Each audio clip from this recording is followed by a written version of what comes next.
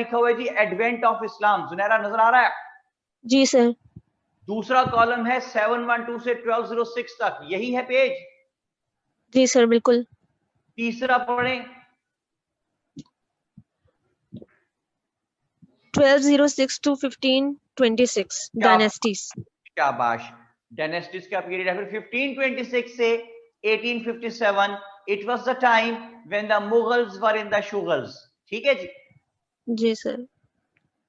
1857 से हम आएंगे 1947 तक। जी। ठीक है। अशरफ शाह जी कहते हैं कि ideology in historical perspective is not there. बेटे ये पेज दे पहुंचो ना अशरफ जी, जो बोल रहे हैं हम पढ़ रहे हैं जी। बेटा पेज नंबर बताओ कौन सा है? Page 4। Page 4। Ashraf Shah ji page 4 है बेटा, सब सुन ले, नोमान सुन ले। पेज 4 पे पहुंचे, जो हॉरिजॉन्टल है, जिसके ऊपर लिखा हुआ है ideology of Pakistan in historical perspective. तो सबसे पहला स्टेप ये कि हमें पता हो टॉपिक क्या पढ़ रहे हैं। तो टॉपिक है ideology of Pakistan in historical perspective.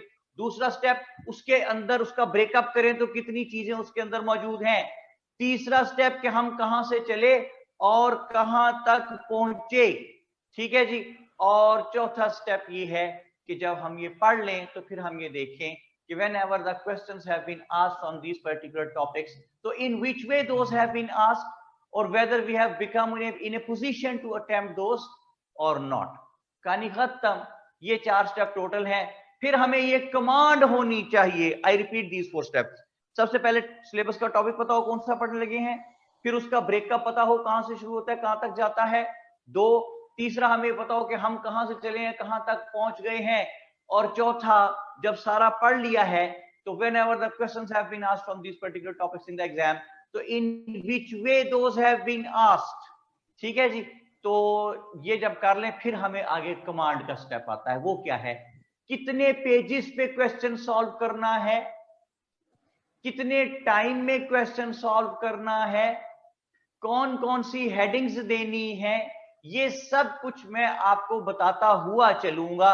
लेकिन 1-2 लेक्चर जरा सा मैं कुछ चीजें आप तक कम्युनिकेट करने में कामयाब हो जाऊं, फिर इस पे बात करते हैं। हाँ जी, जुनैरा मौजूद है? जी सर। ओके। तो जनाब कुछ लोग कहते हैं जी पेज 5 है जी, कुछ कहते हैं पेज 4 है। पता नहीं आखिर आपको पेज 4 है या 5 है या 3 है यार, ऊपर लिखा हुआ तो नजर आ रहा है ना भाई।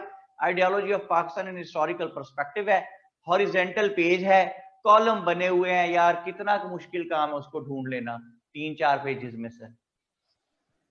लेकिन बस हमारा तो काम है शोर मचाना। 14 अगस्त को कायद के मजार पर जाके हमने जो बाजे बजाए हैं, मैं कहता हूं कायद आज़म जिंदा होते तो बाकायदा डांटते कि ये क्या हरकत है भाई, ये मौजूब कौम है कोई, स्पाइडरमैन की तरह ऊपर चढ़ रहे हैं मजार पे कायद की। यार क्यों, मतलब क्या ऊपर छत पे, क्या वो खाना वहां पे खुला हुआ, क्या चक्कर क्या है, क्यों जाना छत पे? लेकिन क्या कर सकते हैं जी। कहते हैं हसन अहमद कहते हैं कायद को जगा रहे थे वो। कायद को क्यों जगाना है भाई, सोने दो, अल्लाह का वास्ता है। जाग गए तो हालत देख के बड़े परेशान होंगे कि क्या हो रहा है यहाँ पे। अच्छा जी, पेज 4 पे टॉपिक है आइडियोलॉजी ऑफ पाकिस्तान। नोमान को बिलाखिर मिल गया जी। नोमान कॉन्ग्रेचुलेशंस। ठीक है, नोमान को टॉपिक मिल गया। आगा साहब कहते हैं in WhatsApp you can find the syllabus in documents. बताया जी उन्होंने, और भी लोग ये सुन लें कि व्हाट्सएप ग्रुप में भी वो कहते हैं सिलेबस समेत सब कुछ ये पड़ा हुआ है। ओके, तो जुनैरा बात शुरू करें। जी सर। तो बात कहां से शुरू हो रही है? बात शुरू हो रही है एडवेंट ऑफ इस्लाम से। सब कॉन्टिनेंट में एडवेंट ऑफ इस्लाम सबसे पहली चीज है। एडवेंट ऑफ इस्लाम,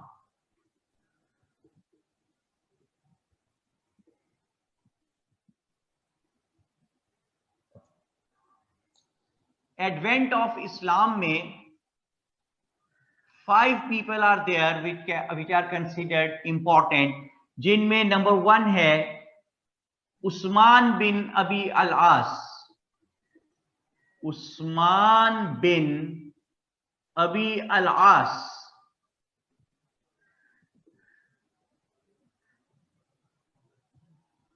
दूसरा आदमी इसका भाई है, हिज नेम वाज मुगीरा।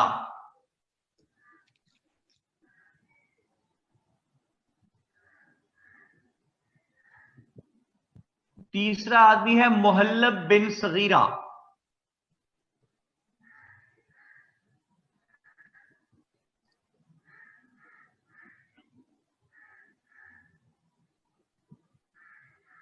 मुहल्लब बिन सगीरा।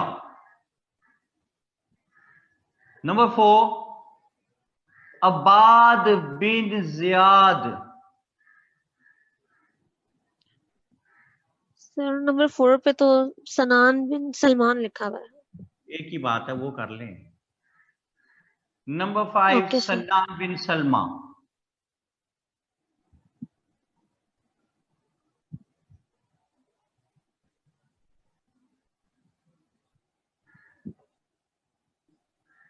फिर हम जाएंगे 712 से 1206 तक,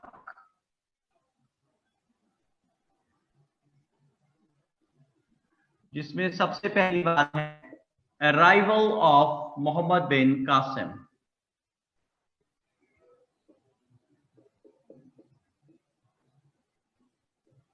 arrival of Muhammad bin Qasim. दूसरी चीज है इसमें impacts of the policies of Mohammad bin Qasim. impacts of the policies, यार मार्कर एक है वो कम चल रहा है भाई, मार्कर दूसरा दो dark. impacts of the policies of Mohammad bin Qasim.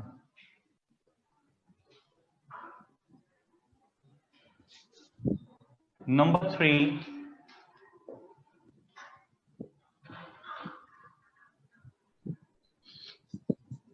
invasions of Sultan Mahmud Ghaznavi।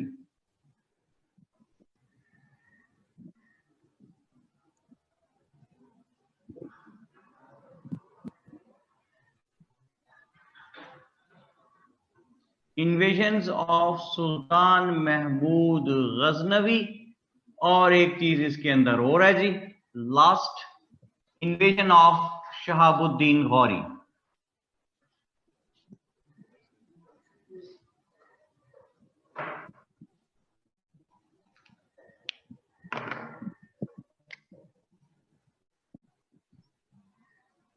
Invasion of Shahabuddin Gauri.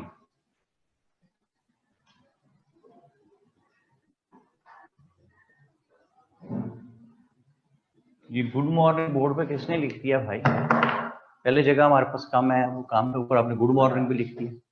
Good morning बना भी दो, साथ फूल भी बना दे भाई।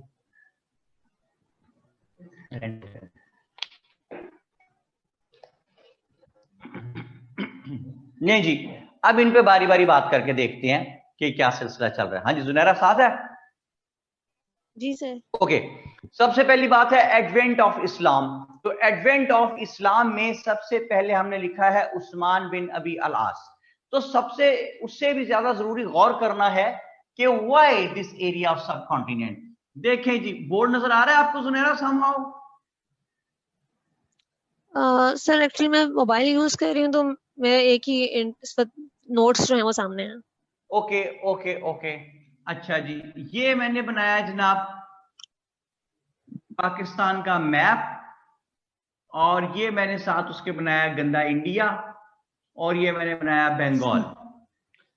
तो अब नोट्स आप मेरे बेटे कर दें साइड पे, बोर्ड को सामने ले आओ, पिक्चर को ले आओ, वीडियो को, ताकि आप देख सकें जी सर, क्या बन रहा है। ये जो एरिया में डॉटेड कर रहा हूं सारा, हाँ जी जुनैरा आ रहा है? जी सर। जुनैरा ये जो डॉटेड एरिया बनाया है ये क्या है?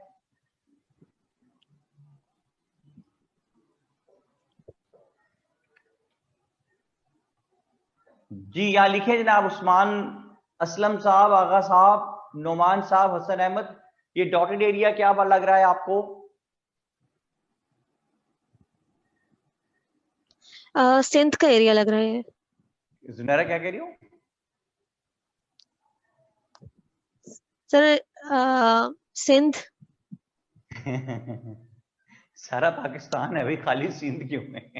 पाकिस्तान सर वो मैप की वो साइड लग रही है। हाँ, आप सब ने लिखा है पाकिस्तान, मैं कहता हूं आपने गलत लिखा है, ये पाकिस्तान नहीं है, ये प्यारा पाकिस्तान है।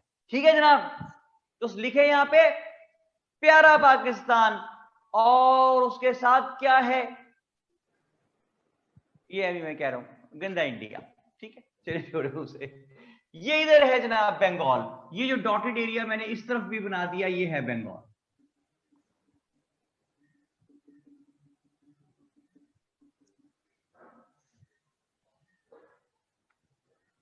लवली पाकिस्तान, उस्मान असलम कहते हैं शाबाश, वेरी गुड। और मोहम्मद अमीर, अच्छा मिला के लफ्ज लिखा हुआ, स्पेस नहीं है, नाम मुश्किल पढ़ने हुए बेटे, मुझे मुश्किल हुई। मोहम्मद अमीर साहब हैं, वो कहते हैं प्यारा पाकिस्तान, वेल डन जी, very well said, I agree, प्यारा पाकिस्तान। अच्छा जी, ये है पाकिस्तान। अच्छा, पाकिस्तान के साथ है ये जो कंट्री है, ये है अफगानिस्तान है।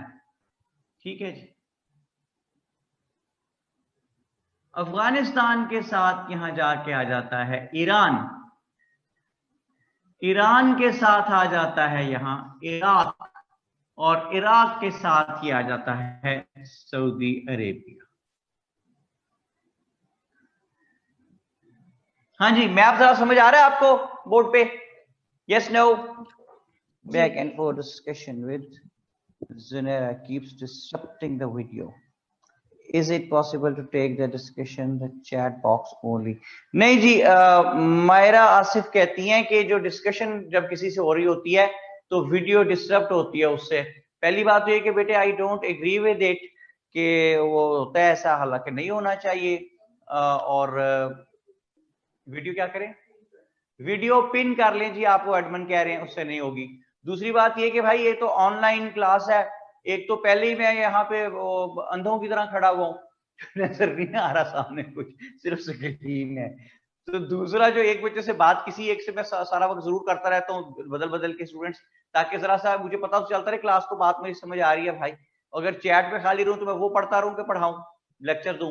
ठीक है, इसलिए मैं कह रहा हूं कि जरा सा मुश्किल है। सैयद अहमद भी कहते हैं कि मायरा अगर आप वीडियो को पिन कर लें तो फिर आपको डिस्टरबेंस नहीं होगी, और you can pin the video of sir only, वो कह रहे हैं जी, बिल्कुल ठीक है। नोमान कहते हैं very good sir, love you too, thank you very much. Okay जी, ये आ गया प्यारा पाकिस्तान, ये है अफगानिस्तान, ये इराक, और ये सऊदी अरेबिया। अच्छा जी, अब बात यह है कि ये जो सऊदी अरेबिया है, यहां से इस्लाम स्टार्ट हुआ था, अगर आपको याद हो, ये बिगनिंग है हमारी इस्लाम की, original place of origin. Even in the time of Pius Caliphs, even in the time of second Pius Caliph, Hazrat Umar Farooq, they all people were having great interest in this region of subcontinent. Why they were having a great interest in this region? Because they wanted to communicate the message of Allah and His Messenger sallallahu alaihi wasallam to the maximum number of human beings. ज्यादा से ज्यादा इंसानों तक अल्लाह का पैगाम पहुंचाना चाहते थे। And this area, India, Pakistan, Bangladesh, it has always been one of the most populous regions of the world. हमेशा से यहाँ पे पॉपुलेशन बहुत ज्यादा थी, तो इसलिए वो चाहते थे कि यहाँ पे किसी तरह एक्सेस हमारा बने इस एरिया पे, सो दैट कि अल्लाह का पैगाम जो है ज्यादा से ज्यादा लोगों तक पहुंचाया जाए। In this regard we see that in the time of second pious caliph हजरत उमर फारूक रज़ियल्लाहु ताला अन्हु, we see that a person whose name was Usman bin Abi al-As, who was the governor of Bahrain, Bahrain का governor है जी उस्मान बिन नबी अल आस, जो पहले पाई का नाम आपके पास लिखा हुआ है, गवर्नर ऑफ बहरीन है ये। जुनैरा है साथ? जी सर। गवर्नर ऑफ बहरीन है जी ये। कौन? उस्मान बिन अबी अलास। इसके साथ इसका भाई था Mughira. They both attack the coastal areas of सब कॉन्टिनेंट, और जिन दो एरियाज पे उन्होंने अटैक किया उनका नाम था थाना एंड भरोच, THANA, थाना एंड भरोच। थाना भाई ये इलाके का नाम है, अल्लाह माफ करे, पंजाब पुलिस वाला थाना ना समझ लेना, वहां पे अटैक करके मरना है किसी ने, मारेंगे पकड़ के। अच्छा जी, तो थाना और भरोच जो है, these were the two areas where these gentlemen attacked Usman bin Abi alas and his brother Mughira. फिर 644 एडी में, ये देखिए 644 एडी, मुहल्लब बिन सगीरा जो है 644 एडी में ही attack few coastal areas of subcontinent as well. लेकिन फिर वक्ती तौर पे हजरत उमर फारूक रज़ी अल्लाह ताला अन्हा ने मना फरमाया कि अभी आप यहाँ पे अटैक ना करो। उसकी सर्टेन रीजन थी। रीजन ये थी कि एक तो यहाँ पे food and water deficient area था, पानी और खुराक की किल्लत थी, तो अगर आके यहाँ कब्जा कर लेते तो उसके बाद पानी और खुराक की किल्लत का सामना करना पड़ता बहुत से मुस्लिम्स को जो यहाँ आते। और अगर थोड़े लोग भेजते थे कब्जा करने के लिए तो यहाँ पे डैकवर्ड्स जो हैं they were really very strong and organised, तो बहुत से मुसलमान शहीद हो जाते थे, इसलिए वक्ती तौर पर उन्होंने मना फरमाया। Then we see in the time of Hazrat Ali that a person whose name was Abbad bin Ziyad, he captured the area of Kech, and Sannan bin Salma captured the area of Makran. ये जी सन्नान bin Salma जिसने मकरान के area पे कब्जा कर लिया, और अब्बाद बिन जियाद जिसने केच के एरिया पे कब्जा कर लिया। सन्नान बिन सलमा और अब्बाद बिन जियाद ने ना सिर्फ इन इलाकों पे कब्जा कर लिया, but they manage to allocate their Muslim warriors, those who came with them, as the governors of these regions as well. यहां तक कहानी समझ आ गई सुनहरा? Yes sir. मोहम्मद कासिम का भी मैंने कुछ जिक्र किया नहीं, लेकिन इस्लाम तो आ चुका। सो एक मिसकॉन्सेप्शन जो है that is required to be shun out के Islam was introduced here in subcontinent by Muhammad bin Qasim. Not at all. Islam was introduced here by these great Muslim warriors. Yes, Muhammad bin Qasim was the one who managed to spread Islam successfully here in subcontinent. But whereas the introduction of Islam is concerned, it had already been introduced by the courtesy of these valuable, distinguished people: Usman bin Abi Alas, Mughira, Muhallab bin Saghira, Sannan bin Salma, and Abbad bin Ziyad. Oh, कोई बात समझ में आती है भाई? Yes sir. सुनहरा नाश्ता किया? No sir. Hi no sir, तभी तो आवाज नहीं आ रही है। No sir. नहीं सर, वो मैं नोट्स लिख रही। नोट्स लिख रही। नाश्ता कितना करती है सुनहरा? सर पराठे खाते हो क्या? नहीं पराठे खाती हूँ सर। कितने? एक पराठे से क्या होता है? आप लाहौर की रहने वाली है सुनहरा? जी सर। एक पराठे से क्या बनता है? 4 5 3 पराठे, पता चले। अच्छा जी, तो मैं क्या कह रहा हूँ, मायरा क्या कहती है जी? वो कहती है मारिया रेशम, वो कहती हैं Usman bin Abi alas and Saghira attack during caliph Umar's time. Yes, कहाँ गया भाई चैट ग्रुप? अच्छा जी, कहाँ गया? Caliph Umar's time. Yes, and Abbad bin Ziyad and Sinan bin Salma attack during caliph Ali's time. जी बिल्कुल सही कह रही है बेटे आप। हसन अहमद आ गए हैं, कहते हैं 1 पराठा 4 नान। वाह जी वाह, ये आया ना शहजादा, लाहौर का शहजादा या गुजरांवाला का है कम से कम। क्यों भी हसन कहाँ का है? मारिया रेशम ऐसे कहती हैं जस्ट टू कंफर्म। बिल्कुल बेटे, इट इज कंफर्म। ओके जी, तो सुनहरा यहाँ तक बात पहुंची। सुनहरा थक सोने के बोल के? No sir. पक्की बात है? जी सर, पक्की बात है। ग्रेट। मैं ये कहता हूं कि चीजों को याद करना नहीं है, याद रखना है। ठीक है जी। और हसन अहमद साहब कहते हैं he belongs to UKC, UKC। Zunaira, इसका क्या मतलब है? ये कौन सा एरिया है पाकिस्तान का? UKC? हाँ जी, यूनाइटेड किंगडम ऑफ चकवाल। ठीक है, मैंने ऐसे ही नाम रखे हुए हैं। USM, यूनाइटेड स्टेट्स ऑफ मुरीद। ठीक है भाई, हमने अपने एरियाज का नाम बड़े बड़े करके लेंगे ना, हम खुद अपने एरियाज की इज्जत करेंगे तो बनेगी ना। But this is for Lahoris, United kingdom of Chakwal कहता है ये Chakwal sir, but this is for Lahoris, खाने पीने वाला। हाँ बिल्कुल सही कहते हैं आप हसन, हमारा काम ही लाहौर के लोगों का ना। हमारे 2 शौक हैं, एक तो तरह तरह के खाने खाना, ठीक है, 3 शौक मेन लाहौर जो मशहूर है, हमारा काम है, मैं लाहौर करने वाला हूँ। एक तो तरह तरह के खाने यार खाते रहना, रात को 2:30 बजे भी उठ के यार ये यार वो यार पावे खा के आई यार। एक दूसरा गलत रास्ता बताना दूसरे को, अच्छा वो जान गलत नहीं बताते, वो हम नदी में बताते हैं, पैर तो सीधे चले जाओ, सीधे आगे तुम सीधे हाथ हो जाओ, वो तो तुम खब्बे हाथ मुड़ा है, अगर खब्बे हाथ मुड़ेगा उसे बाबा खलोता होएगा, ਉਹਦੇ ਕੋਲੋਂ ਤੁਸੀਂ ਪੁੱਛਣਾ है अगर वो बाबा वहां से चला जाए तो फिर अच्छा जी, एक नीले दरवाजे वाला कार आएगा, अच्छा ये भी एक निशानी हमारी होती है। मेनली हम नहर से निशानियां बताते हैं कि नहर से सज्जे हो जाए खब्बे हो जाए।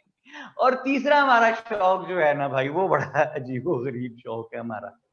तीसरा जो शौक है वो ये है कि गप्पे मारना, ऐसी गप मारते इतनी संजीदगी के साथ कि यार आज तारीख है 18, वेखना 25 तक हुकूमत गई जे, सारी गल हो गई, मियां वापस आ रहे हैं बस हवा में।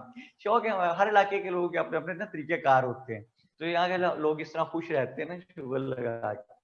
अच्छा जी, तो आगा फरहान अली साहब आगे गए sir, is there any significance of the contribution of Ruqayya bin Ali in bringing Islam to? Yes, of course, लेकिन हम उसकी डिटेल में नहीं जाएंगे, इसलिए कि हमने सिर्फ जो हम पढ़ नहीं रहे ना, हिस्ट्री पढ़ नहीं रहे, मैंने पहले ही में आपको क्लियर किया कि हम हिस्ट्री नहीं पढ़ रहे, हम सिर्फ वो इंसिडेंट्स पढ़ रहे हैं those can be related with the ideology of Pakistan in the later stages of the political history of the subcontinent.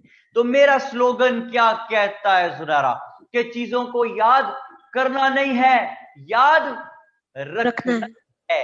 तो याद करता कौन है? वही है ये शख्स जिसने रटा लगाया हुआ है, और इम्तिहान में जो कोनी मार के आप कह रहे होते कि यार पहला लफ्ज बता दो, ठीक है, इसने रटा लगाया हुआ, इसे समझ कोई नहीं आई है।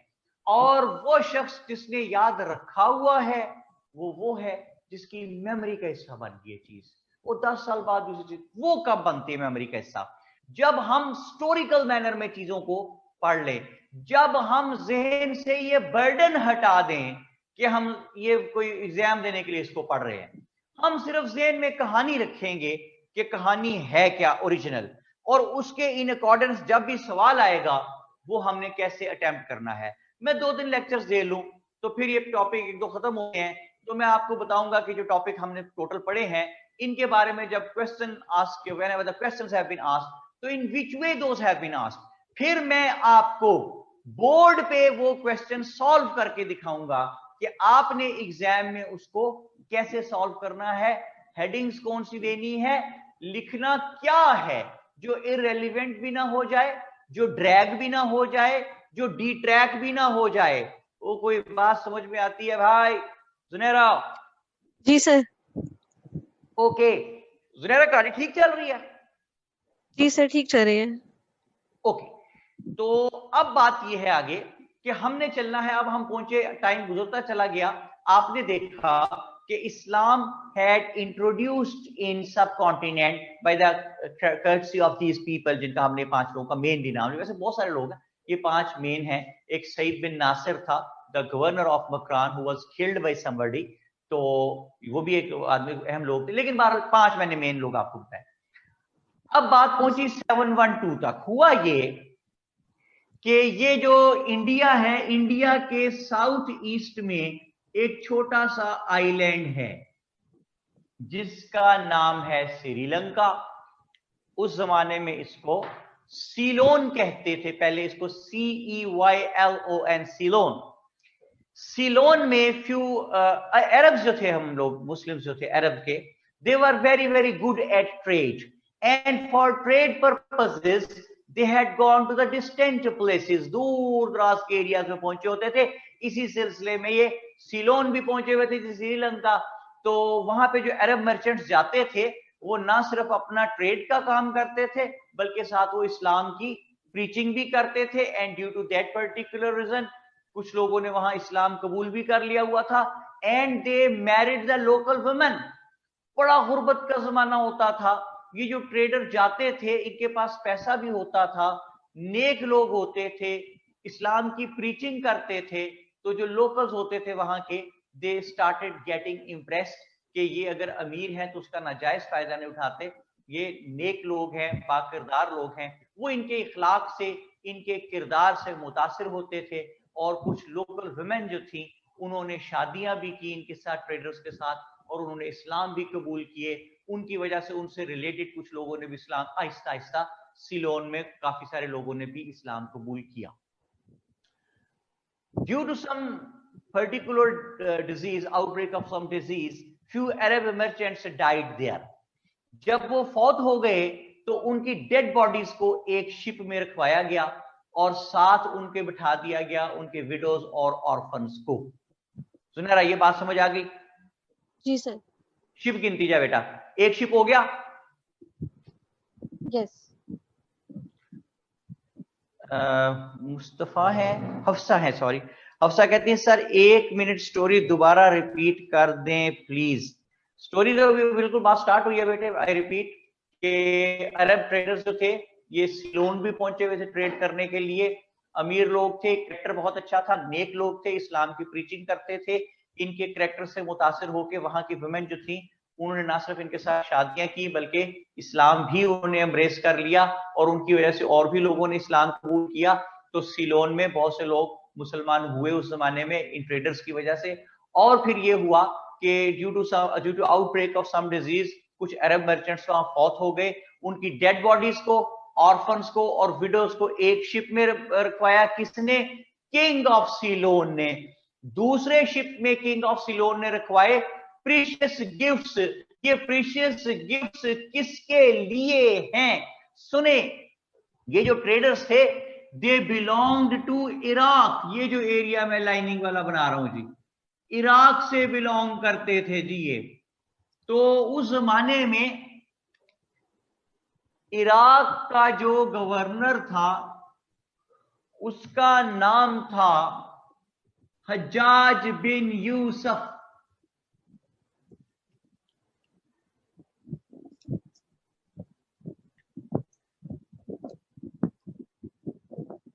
हज्जाज बिन यूसुफ ये गवर्नर है जी इराक का।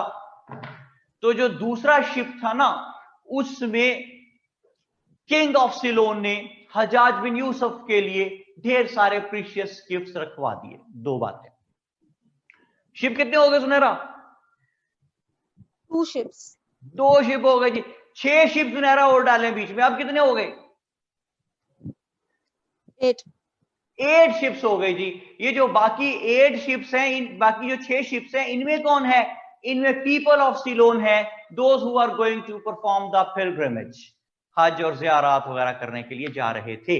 8 शिप है जी। सबसे अगले शिप में है जो ट्रेडर्स फौत हो गए थे उनकी डेड बॉडीज और उनके ऑर्फन्स और विडोज।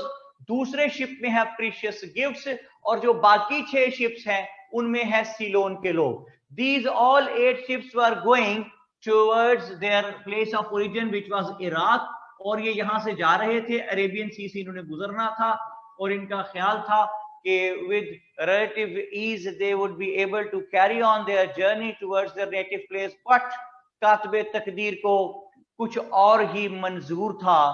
वहां पे when they were passing through the area of Arabian Sea तो बहुत सख्त तूफान आया समंदर में, जिसकी वजह से इनके जो 8 शिप्स थे ये इधर उधर डोलने लगे। इन लोगों ने जो बेस्ट पॉसिबल उसका मैयर लिया वो ये लिया कि अपने जो 8 शिप्स थे उनको आपस में टाइट डाउन कर लिया, बांध लिया, ताकि एक दूसरे से जुदा होकर कहीं हजारों सैकड़ों मील दूर न चले जाएं। तो उन्होंने 8 के 8 शिप्स एक दूसरे के साथ बांध लिए इन्होंने। तो वो 8 शिप्स सपेड़े खाते हुए तूफान के समहाउ अरेबियन सी की कोस्ट के नजदीक पहुंचे, जहां आजकल हमारा शहर है कराची, और उस जमाने में उसको दीबल कहते थे, DEEBAL, दीबल। ये शिप जब वहां पहुंचे पेड़े खाते तूफान के, वहां पे जो डैकवेट्स थे, पायरेट्स ऑफ सिंध जो थे, डाकू, उन्होंने इन शिप्स पे कब्जा कर लिया। जो औरतें और बच्चे थे उनको, मर्दों को, उनको, इंसानों को कैद कर लिया। प्रीशियस गिफ्ट्स पे भी कब्जा कर लिया जी, शिपों पे भी कब्जा कर लिया। All the ships were captured by those pirates of Sand। तो ये इस तरह ये गिरफ्तार हो गए लोग। Out of these prisoners, somehow, I really don't know how, but तारीख में 2 अहम बातें लिखी जाती हैं। एक पे मैं ज्यादा यकीन नहीं करता, दूसरी पे करता हूं।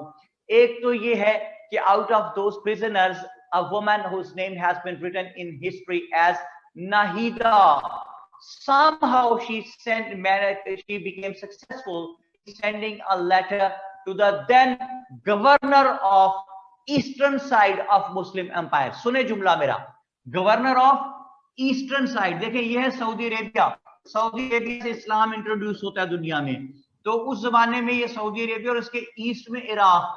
तो governor of eastern side of Muslim empire Hajjaj bin Yusuf को ये खत मिला कि the Muslims had been captured there, their lives, their honor, their dignity, their valuables, each and everything was at stake.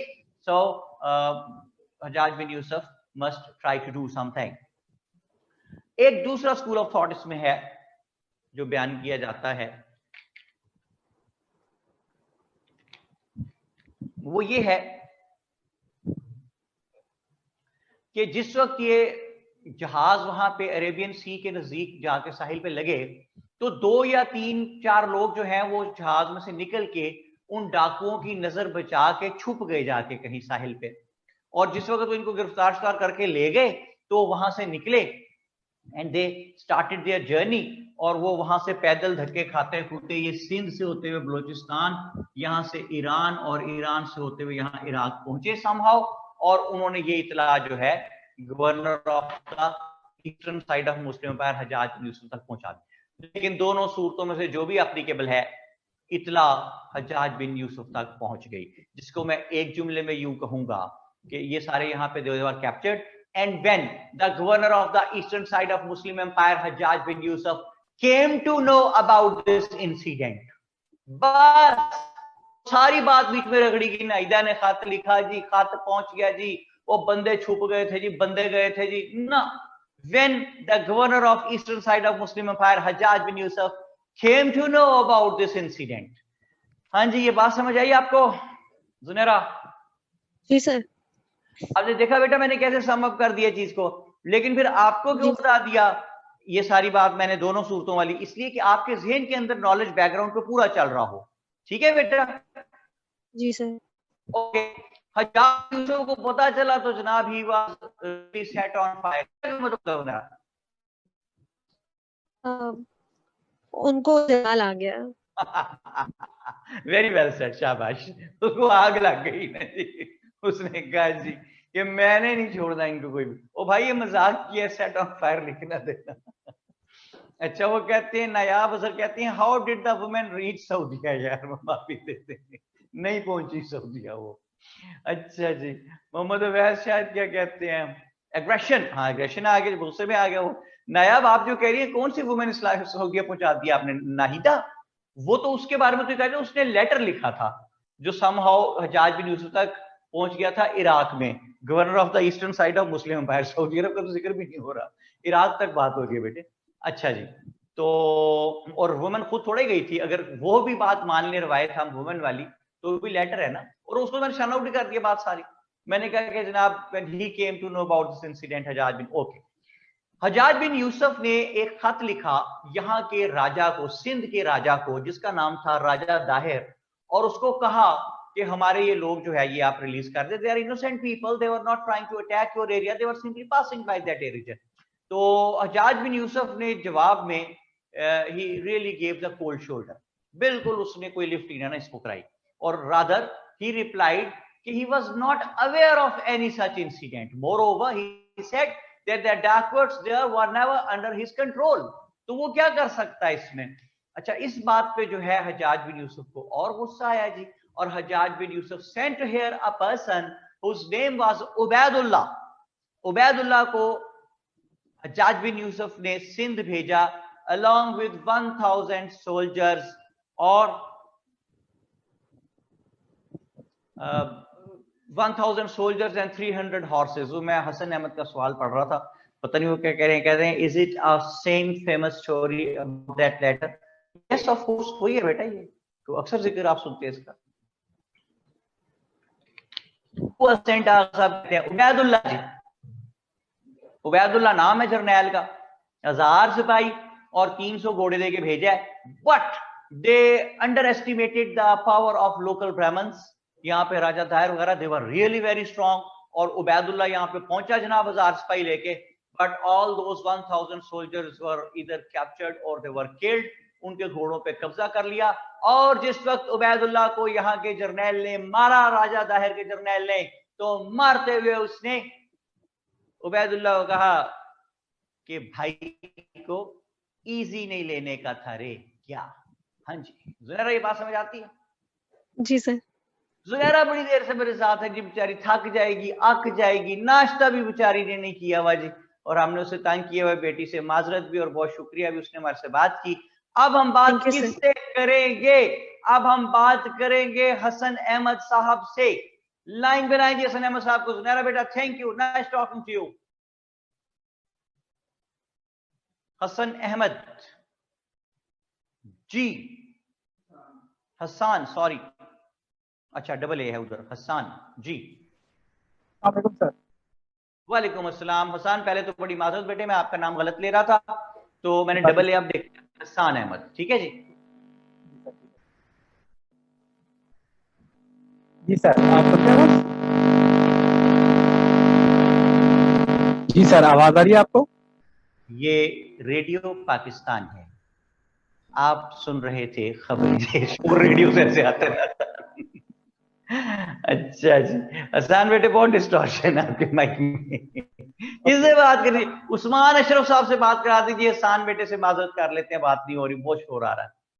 Mohammad Usman Aslam ही नाम है जी, अगर मैं सही कह रहा हूं। सर वालेकुम अस्सलाम। उस्मान कैसा बेटा? अल्हम्दुलिल्लाह सर, मैं बिल्कुल ठीक। आप कैसे हैं? या फाइन थैंक यू। उस्मान की आवाज सुन के लग रहा है पहला बंदा जिसने नाश्ता करके बैठा हुआ जो, क्यों उस्मान? एग्जैक्टली सर, जी बिल्कुल। आवाज ही फ्रेश होती है नाश्ते वाले बंदे की। ओके, तो उस्मान कहाँ है इस वक्त? लाहौर में कहीं और है? सर मैं अभी तो लाहौर में हूँ। अभी तो, और तभी तो इस्लामाबाद। इस्लामाबाद में रहने वाले इस्लामाबाद के हैं आप? जी सर। लाहौर में आए हुए हैं ये इसके लेक्चर्स के लिए, किसी काम से आए हुए हैं? सर नहीं, वैसे ही अभी इधर रह रहा हूँ, फैमिली इश्यूज। अच्छा, फैमिली इश्यूज कह रहे हैं? सॉर्ट ऑफ चले, मतलब लाहौर में रह रहे हैं ना आप? जी सर बिल्कुल। रास्ता तो नहीं किसी से पूछा कहीं का? नहीं सर, मैं जानता हूँ लाहौर को बहुत खूब। मैं क्या रास्ता पूछेगा ना, तुझे इधर उधर कब बताएंगे लाहौर के लोग। अच्छा जी, तो क्या बात हो गई भाई? उस्मान साहब यहां तक कहानी समझ आ रही है आपको सारी? जी बिल्कुल सर। उबैदुल्लाह को मारते हुए क्या कहा उसने? कि हमें नहीं पता कि आपके जो बंदे हैं वो किधर हैं। उबैदुल्लाह को जब मारा तो उसको मारते हुए कहा लोकल ब्राह्मण्स ने कि भाई को इजी नहीं लेना था यार, ऑलराइट। हल्का। अमीर हमजा कहते हैं हल्का नहीं लेने का था। अच्छा, अब समझ आ गई आपको उस्मान? जी सर। ओके, अच्छा जी, उबैदुल्लाह मारा गया और 300 घोड़ों पे कब्जा भी कर लिया, 1000 सिपाही मार दिए। When Hajjaj bin Yusuf came to know about this unfortunate incident कि मेरे 1000 सिपाही मारे गए, 300 घोड़ों पे कब्जा हो गया, तो हज्जाज बिन यूसुफ को बड़ा गुस्सा आया। उसने कहा चलो सिपाही तो आते जाते रहते हैं, वो मेरे 300 घोड़ों पे भी कब्जा कर लिया। तो उसको बड़ा ज्यादा जो है वो गुस्सा चढ़ गया। फिर उसने यहाँ भेजा मोहम्मद बिन कासिम को, a brave young Muslim general who had already proved his worth as a great warrior, as he had come back after a successful expedition from Persia in those days.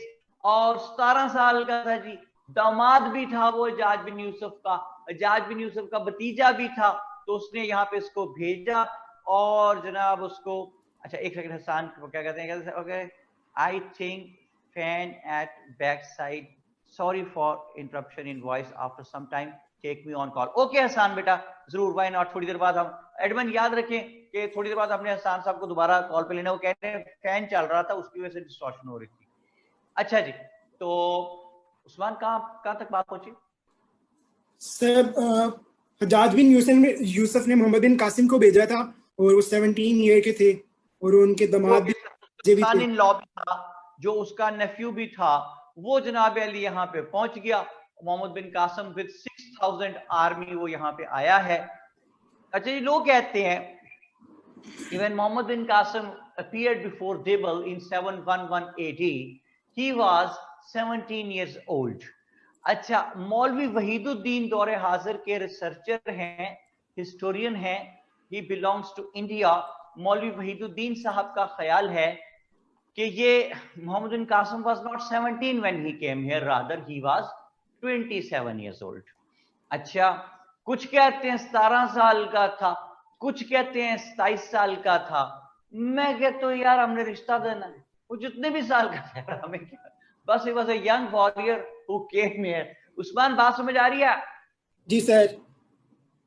अच्छा जी, उस्मान आप करते क्या हैं? सर अभी तो सीएसएस की तैयारी कर रहा हूँ, भी शुरू की है। उससे पहले मैंने बैचलर्स किया मीडिया कम्युनिकेशन में। मीडिया कम्युनिकेशन में? जी सर। जी, तायरा खान है, कहती है जी विच मौलवी, रिपीट नेम। मौलवी हमीदुद्दीन। वहीद, डब्ल्यू से वहीदुद्दीन। मौलवी साहब ही लिख देता है बंदा, तायरा विच मौलवी, मौलवी साहब। अच्छा जी, मौलवी साहब है, वहीदुद्दीन साहब हैं जी। अच्छा जी, तो Muhammad bin Qasim when he came here, तो उसने अकलमंदी है, he was a great general. Muhammad bin Qasim was in fact बड़ा इंटेलिजेंट लड़का था। मोहम्मद बिन कासिम ने यहां आके बकायदा पहले रैकी की कि how he could manage to defeat the local Brahmins. जब उसने रैकी की, बंदे अंदर भेज दिए, वो 2-4 दिन में बंदे अंदर घूम फिर के वापस आए और आगे उन्होंने बताया कि मोहम्मद बिन कासिम साहब, you would not be able to defeat the locals because they were really very very strong. बहुत बड़ी फौज है इनके पास, हजारों लाखों की तादाद में, असला बहुत ज्यादा है उस जमाने के मुताबिक, तीर तलवार शलवार, और आप इनको मार नहीं सकते और इनको आप शिकस्त ऐसे नहीं। लेकिन एक वीकनेस है इनकी, और वो वीकनेस क्या है? वो वीकनेस है इनकी, क्या कहते हैं उसको, तवहम परस्ती को, सुपरस्टिशियसनेस। सुपरस्टिशियस है बहुत, तो मतलब डरते हैं बहुत मुख्तलिफ चीजों पे। कहीं घर से जाने के लिए काली बिल्ली आगे से गुजरे वापस चले जाते हैं। तो उस्मान क्या मतलब लेते हैं इसका, काली बिल्ली आगे से जा रही है तो? सब बैड सर, वो सही कह रहे हैं, सर पता नहीं सर, समझते हैं, बैड ओमन समझते हैं कि आगे से गुजर गई है तो रास्ता खराब हो जाएगा, बिल्ली जा रही है तो। हालांकि बैड लक समझते हैं। हालांकि मेरा ख्याल इसमें यह है कि मेरा मतलब यह है कि काली बिल्ली भी कहीं जा रही है, उसे वो काम होगा, काली बिल्ली वेरी तो नहीं होती ना उस्मान जी, वो भी कहीं जा रही होगी यार अपने काम से, बेचारी, जाने से उसको काली बिल्ली को, ठीक है। लेकिन वो समझते थे काली बिल्ली आगे से गुजरी तो आज का दिन खराब हो जाएगा जी, तो वापस इस कदर तवहम परस्त थे, इस कदर सुपरस्टिशियस थे, बैकवर्ड थे मेंटली। मोहम्मद बिन कासिम ने उनकी इस बैकवर्डनेस से फायदा उठाने का सोचा और उसको ये बताया गया मोहम्मद बिन कासिम को कि साहिल पे आप खड़े हैं, आपको क्या गम, ठीक है, आप यहां खड़े रहें थोड़ी देर। उस्मान, ये बात समझ में आ रही है आपको? जी सर। क्या मतलब इस बात का? सर उन्हें वेट करने के लिए कहा था, क्योंकि उन्होंने बंदे भेजे थे अंदर उनकी इंफॉर्मेशन लेने के लिए कि इनको किस तरह डिफीट किया जा सके। तो उनको ये पता चला कि ये सुपरस्टिशन है, तो उन्हें भी वेट करने के लिए कहा गया था मोहम्मद बिन कासिम को। हाँ जी, वो साहिल पे खड़े थे। साहिल पे एक मंदिर था राजा दाहिर का। वो मंदिर क्या था? वो एक फोर्ट था, एक तरह का किला था, बहुत ऊंचा था, बहुत ऊंचा था। उसके अंदर हजारों की तादाद में फौज मौजूद थी, किले में दरवाजे बंद थे और किले के ऊपर एक सुर्ख रंग का झंडा लहरा रहा था। मोहम्मद बिन कासिम वाज टोल्ड कि अगर आप ये सुर्ख झंडा गिरा दें किसी तरह, तो इनका ईमान है कि जब तक ये सुर्ख झंडा जो है ये लहरा रहा है, nobody would be able to defeat them unless this red flag is being hoisted successfully here।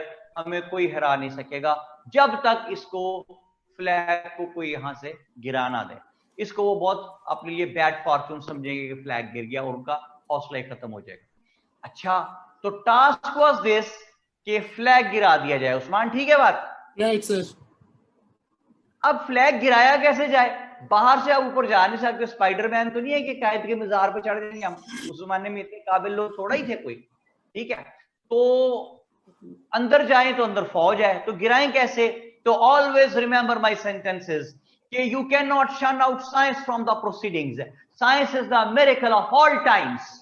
तो whosoever is scientifically advanced, he is having an edge over the others। तो इनके पास एक चीज थी मंजनीक, आज कैनन, आजकल के दौर की कैनन समझ लें आप उसको, तोप में से गोला निकलता है, मंजनीक में से पत्थर निकलते थे, बहुत से लोग, सैकड़ों लोग इसको ऑपरेट करते थे, बहुत बड़ी मशीन होती थी, बहुत बड़ी, उसमें से बड़े बड़े पत्थर निकल के जाते इलास्टिसिटी के साथ दूर दूर तक, डिस्टेंट प्लेस तक। वो जाके एक, हाँ जी कैटापल्ट्स की बात कर रहा हूं, वो जाके, कौन है जी? आगा साहब है जी, आगा साहब। वो जाके पत्थर जाके लगे, एक पत्थर जा लगा फ्लैग पे और फ्लैग गिर गया। As soon as the flag was down, the morale of the locals was also down. और रात के अंधेरे में सीढ़ियां लगा के कुछ मुस्लिम जो थे कासिम की फौज के, वो इस पे किले पे भी चढ़ गए और किले के ऊपर चढ़ के जो है बहुत सख्त जंग हुई। जो हिंदू थोड़े बहुत सो गए, जाग रहे थे रात के वक्त, उनको मारा। बाकी जाग के जितनी देर में आए तो कुछ मुस्लिम जो ब्रेव थे बहुत, उन्होंने लड़ते लड़ते नीचे तक पहुंच के किसी तरह किले का दरवाजा खोल दिया। Rest of the army of Qasim was also entered in the fort. The dog fight began, जिसको आप 10 जंग कहते हैं। In that particular dog fight किसी वक्त राजा दाहिर इनके हथे चढ़ गया। राजा Dahir was killed. As soon as he was killed, the rest of the army of Raja Dahir, they surrendered and few people ran towards ब्राह्मण आबाद। ये है जी प्रेजेंट डे पाकिस्तान, और ये सिंध का एरिया, और सिंध के एरिया में से यहां पे आप ये देखिए, ये है देबल। तो देबल से इन्होंने कब्जा किया कराची पे, आजकल के कराची पे, देबल पे।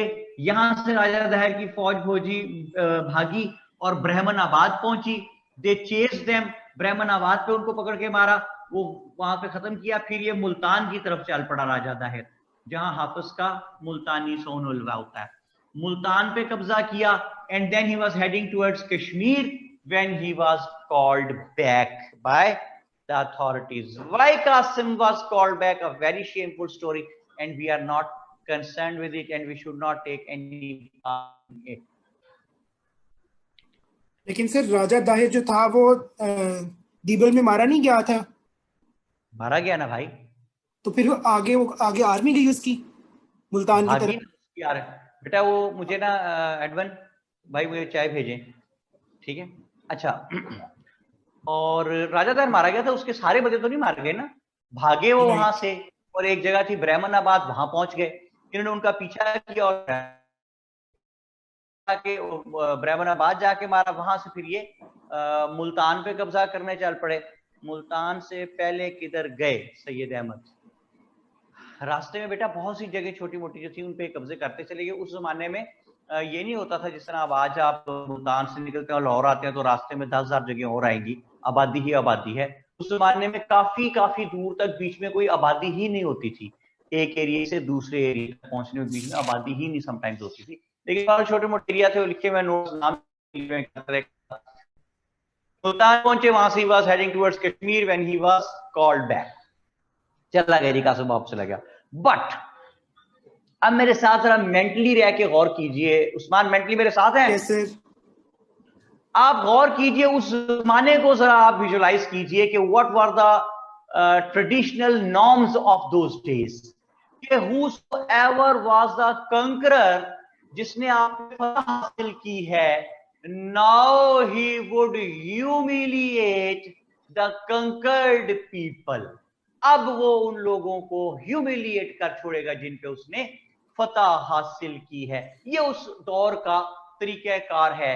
And the natives here, the locals who are the natives here, they were having this thing in their mind and they had prepared their minds कि now they would be humiliated। Usman, ये बात समझ आ गई आपको? Right, sir. This is what the locals were expecting कि अब हमें humiliate किया जाएगा, मार पड़ेगी। लेकिन what happened? The conquerors treated them with great generosity. General pardon was announced। आम माफी का ऐलान कर दिया गया और कासिम ने बूढ़े, बच्चे और औरतें, उनके लिए तो वैसे ही का इनको तो मारना ही नहीं, जवान भी जो लड़ेगा सिर्फ उसको मारेंगे, वरना उसको भी नहीं मारेंगे। उस जमाने की ट्रेडिशन ये थी कि जो कंकरर होगा, नाउ ही वुड ह्यूमिलिएट, वो आपके पहला स्टेप आपके रिलीजन्स को बैन कर देगा। दूसरा स्टेप, आपके रिलीजियस प्लेसेस जो हैं those would be set on fire और rather those would be disgraced. सबसे पहला स्टेप होता था कि मजहब को बैन करते थे। दूसरा स्टेप ये होता कि उनकी जो इबादत गाहें होती थी, रिलीजियस प्लेसेस, वहां पे अपने घोड़े बांध देते थे ले जाके, in order to create disgrace for the religious places of the conquered people. तीसरा स्टेप ये होता था कि वो उनको ह्यूमिलिएशन स्टार्ट करते थे। They used to take out their women, they used to take out their men and children as their slaves. They confiscate their property, used to confiscate the properties of the conquered people. They used to impose heavy taxes upon the local people. इतना humiliate कर देते थे कि उनके लिए जिंदा रहना मुश्किल हो जाता था। उस्मान, समझ आ रही बात? Right sir. लेकिन ये कौन लोग आ गए?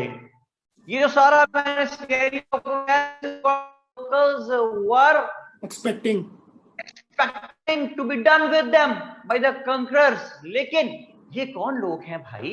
ना आपके रिलीजन को बैन किया, ना रिलीजियस प्लेसेस को डिस्ग्रेस किया, ना रिलीजियस प्लेसेस को आगे लगाई, ना वहां पे आपके प्रॉपर्टीज पे कब्जा किया, ना इनडिस्क्रिमिनेट ब्लडशेड किया, बिला तफरीक कत्ल व गारत, ठीक है जी, ना आपने यहाँ पे उनके औरतों को ह्यूमिलिएट किया। Rather the Arab soldiers started making marriages with the local women, which created a strong bonding in between the Arabs and the Indians.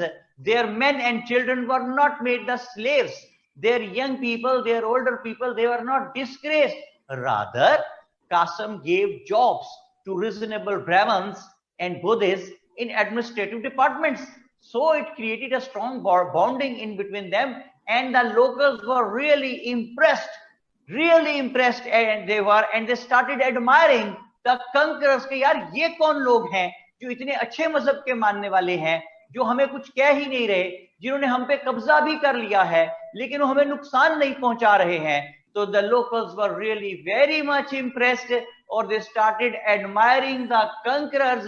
ऐसे में कासिम ने वहां से बुलाए थे अरब missionaries, those who used to preach Islam, और इस्लाम की प्रीचिंग से जो लोग ऑलरेडी यहाँ पे कंकरर्स के एडमायरर्स बन चुके थे, यार बड़े अच्छे लोग हैं, नेक लोग हैं, they started embracing Islam, and in this manner all those areas of Sindh and Punjab, present day Sindh and Punjab, those had been captured, conquered by Qasim. Those were under the rule and control of Qasim. The people living here in these areas, Sindh and Punjab, they started embracing Islam in huge numbers.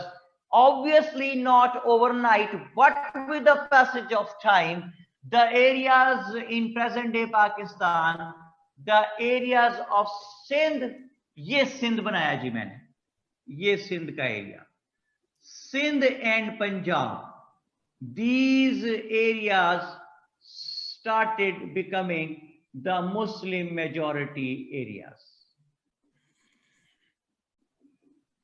ठीक है जनाब, ये समझ आ गई आपको बात? Yes sir. Sindh and Punjab मैंने देखे शेडेड कर लिया ये एरिया, यानी these areas of present day Pakistan, Sindh and Punjab became the Muslim majority areas due to the efforts of Muhammad bin Qasim. Done है जी? जी सर। सबा जान मोहम्मद वो कहती हैं जनाब can you please repeat the last part sir.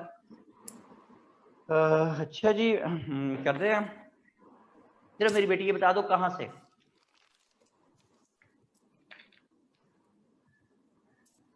Sir last part तो यही बनता है कि जो मुस्लिम अरब थे वो शादियां करना शुरू हो गए थे, आर्मी ने शादियां की और उनके साथ अच्छा सलूक किया। यानी आप पॉजिटिव बात भी नेगेटिव तरीके से बता रहे हैं, शादियां करनी शुरू हो गए थे।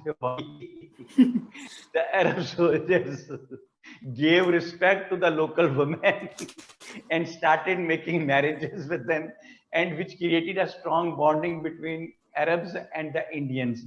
शादियां करनी शुरू हो गई, ऐसे इस तरह लड़ाई होगी तुझसे। अच्छा जी, सबा कह रही जी अरेबियन मिशनरीज वाला। हाँ जी, अरब मिशनरीज यहाँ पे आ गए, उन्होंने इस्लाम की प्रीचिंग की। और सबा जो लोग लोकल्स जो थे, those who had already become the admirers of the conquerors, के यार ये बड़े नेक लोग हैं, बड़े अच्छे लोग हैं, इन्होंने फतह हासिल करके भी हमें ह्यूमिलिएट नहीं किया, रिस्पेक्ट दी, कत्ल नहीं किया, तो वो पहले इनके जनाब फैन हुए थे। तो जिस वक्त प्रीचिंग हुई और पता चला कि ये मजहब इस्लाम के मानने वाले हैं, तो उन्होंने तेजी से इस्लाम को कबूल करना शुरू कर दिया। तो इस तरह आहिस्ता आहिस्ता with the passage of time present day areas of Sindh और पंजाब जो हैं, यहां पे इस्लाम फैलता चला गया। जी सबा लिखें अगर ये बात समझ आ गई है तो, बल्कि सबा की तरफ चलते हैं, उस्मान बेटे से लेते हैं जी इजाजत। और thank you very much, nice talking to Usman, God bless you. और बात कराइए जी सबा जान मोहम्मद से।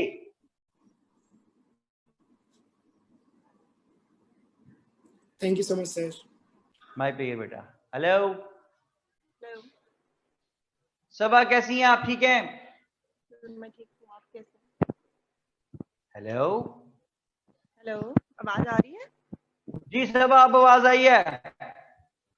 जी सर। कैसी हो आप? ठीक हो? जी sir, I am fine, thank you. आप कैसे हैं?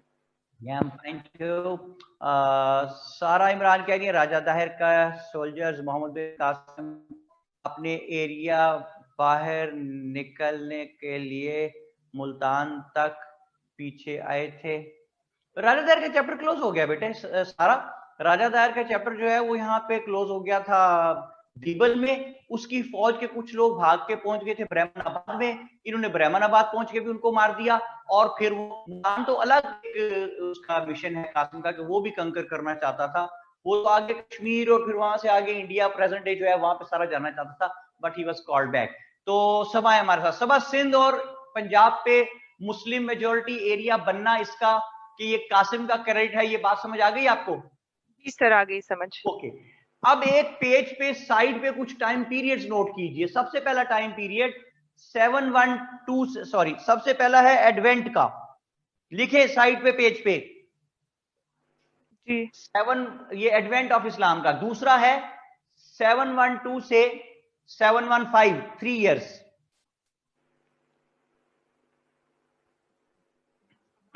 ये वो 3 साल हैं जिसमें कासिम वाज हियर।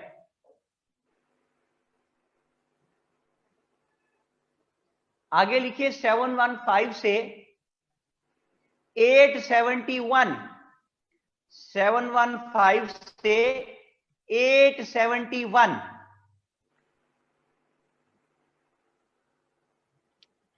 ये वो पीरियड है which would be having the impacts of the policies of Qasim, impacts of the policies of Qasim।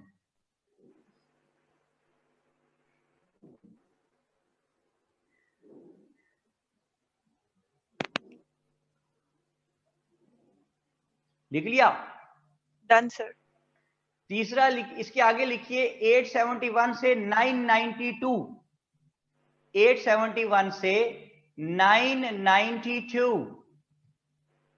Done. इसके आगे लिखिए इंडिपेंडेंट स्टेट्स बाय अरब प्रिंस मंसूरा। दाऊद अहमद 715 से 871 है, 871। इंडिपेंडेंट स्टेट बाय जी मिनहाल कह रही हैं जी रिपीट कर दें ये टाइम पीरियड्स, मैं रिपीट करता हूं बेटे।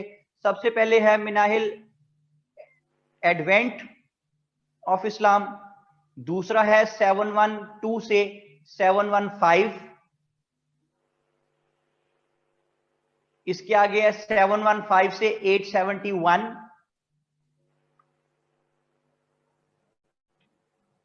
फिर है 871 से 992, अगला टाइम पीरियड है 992 से 1001, 992 से 1001, फिर 1001 से 1027, 1027 तक,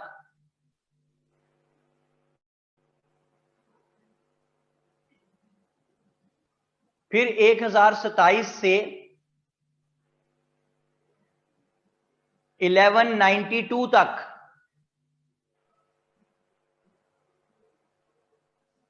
फिर 1192 से 1206 तक।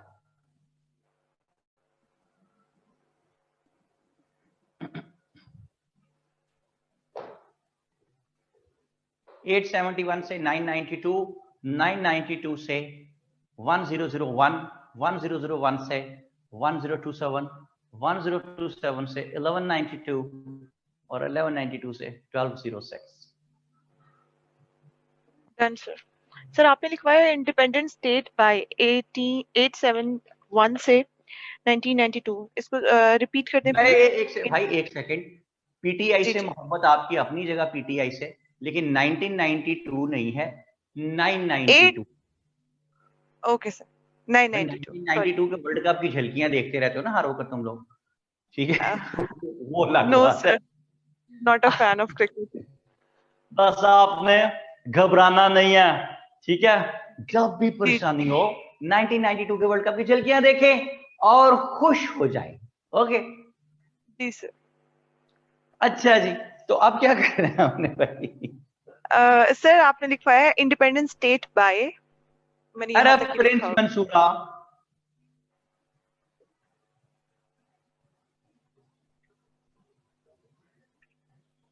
जी सैयद हैदर अब्बास शाह जी आ गए हैं जी। शाह जी, तंबाकू नोशी सेहत के लिए मुजिर है, सुना हुआ है ना आपने ये? अच्छा जी, तो शाह जी ये देखें जी, वो कहते हैं जी, सवाल बड़ा इंपॉर्टेंट है उनका, कहते हैं पंजाब में सिर्फ पाकिस्तान साइड वाला पंजाब ही ऑक्यूपाई हुआ था और इस्लाम आया था। द आंसर इज यस, ठीक है? ओके जी, तो कासिम वाज कॉल्ड, कासिम तो वापस चला गया, लेकिन उसकी पॉलिसीज का इंपैक्ट चलता रहा और 715 से लेके 871 तक, 715 से 871 तक जो भी उस जमाने के खलीफाए वक्त होते थे मुसलमानों के, 715 से 871 तक, वो ये सिंध और पंजाब के जो एरियाज थे प्रेजेंट डे पाकिस्तान के, यहां पे मुस्लिम गवर्नर जो है वो बना के भेजा करते थे, एलोकेट किया करते थे किसी को यहां पे मुस्लिम गवर्नर। ये बात समझ आ गई आपको सबा? Yes sir.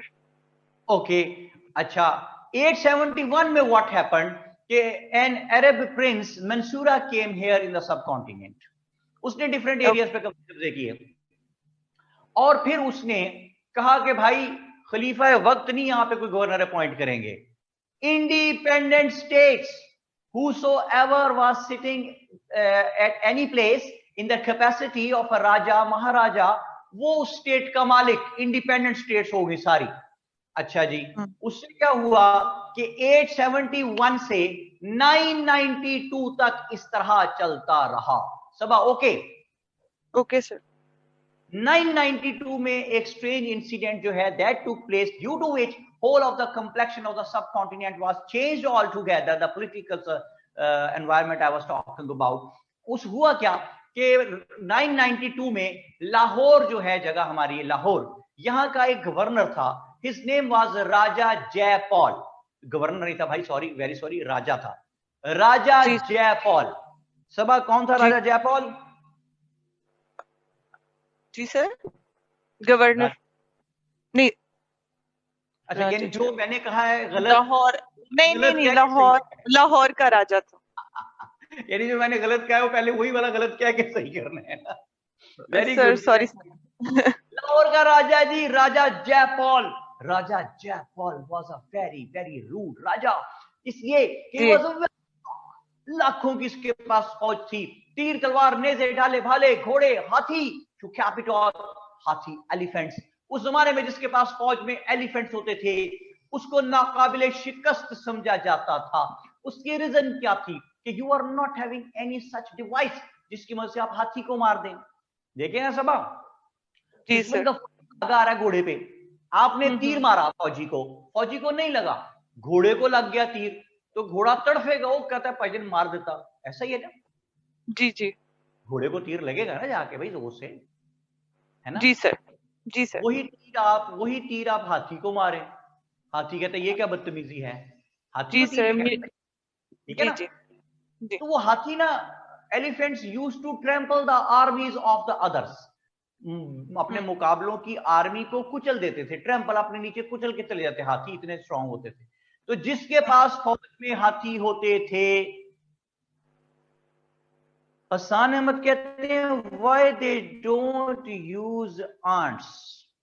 अगर तो आंट्स से मुराद आपकी यहां पे चूंटियां हैं, तो मुझे नहीं पता कि वो चूंटी हाथी के पास लेके कैसे जाएंगे। और अगर आंट्स से मुराद यहाँ पे बीच में यू लगा दें आप, पुप्पो है, तो फिर बड़ा खतरनाक काम है हाथी के लिए भाई। कहते my name is Puppo but I am not a terrorist, ठीक है। Anyway it is simply humour, nothing else, exceptions are always there. तो ऐसे बातें बनी हुई हैं। अच्छा जी, तो हसन अहमद यार, आप वो इतनी अकल वो कहां से लेके आते कि जाके चूंटियां भी आती हूं। कैसा हसन ने टेक्निकल फार्मूला निकाला है कि हाथी आ रहा है, चूंटी पकड़ के छोड़ दो उसके ऊपर। वाह जी हसन वाह। ओके, सब आपने देखा कैसे कैसे साइंसदान है हमारे पास। जी सर। इसे कहते हैं पाकिस्तानी तरीका, ठीक है। जी सर। तो यस सर। अमेरिकन जब स्पेस में गए, तो वहां पे जाके उन्होंने नोट करने की चीजें शुरू की, तो पता चला कि उनका वो पेन शेन जो भी ले गए थे उसका काम ही नहीं करता था। तो उन्होंने कई हजार लाख डॉलर लगा के एक ऐसा पेन जनरेट किया जो ग्रेविटी के अदर देन ग्रेविटी जो है वो काम कर सके। तो when the Russians went there, तो they simply took a silicon pencil with them, तो उसे नोट करके ले आए थे। काम करने का तरीका है ना।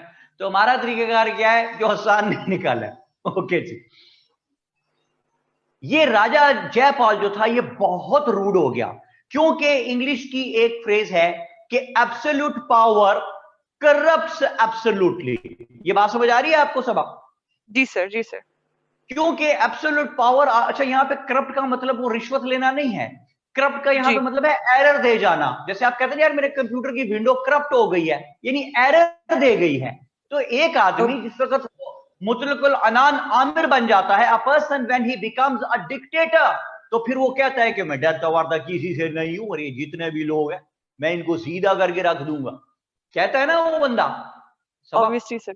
वो यस क्यों सर, कहता गॉट इट। है?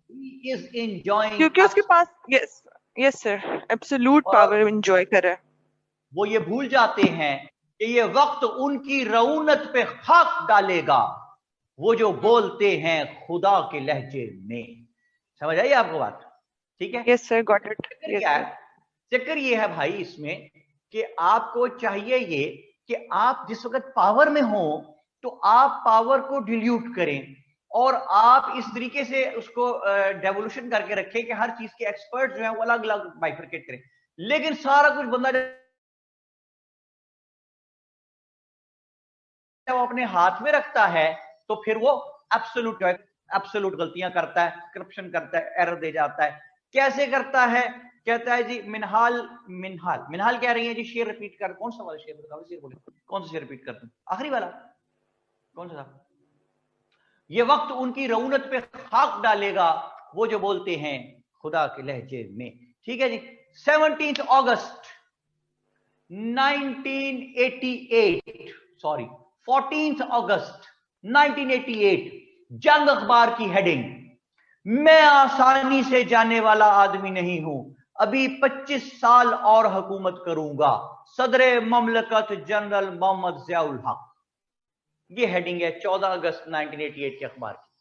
17 अगस्त 1988 उसी अखबार की हेडिंग, जस्ट आफ्टर 3 डेज, सदर ममलकत जियाउल हक का जहाज एक धमाके से हवा में फट के तबाह हो गया, सदर ममलकत समेत कई अहम अफराद हलाक।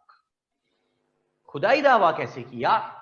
मुतकब्बिर सिर्फ अल्लाह की जात है, तकब्बर सिर्फ अल्लाह कर सकता है, इंसान को आजिज होना चाहिए, इसके अलावा you are not having any choice, आप कर ही नहीं सकते ना।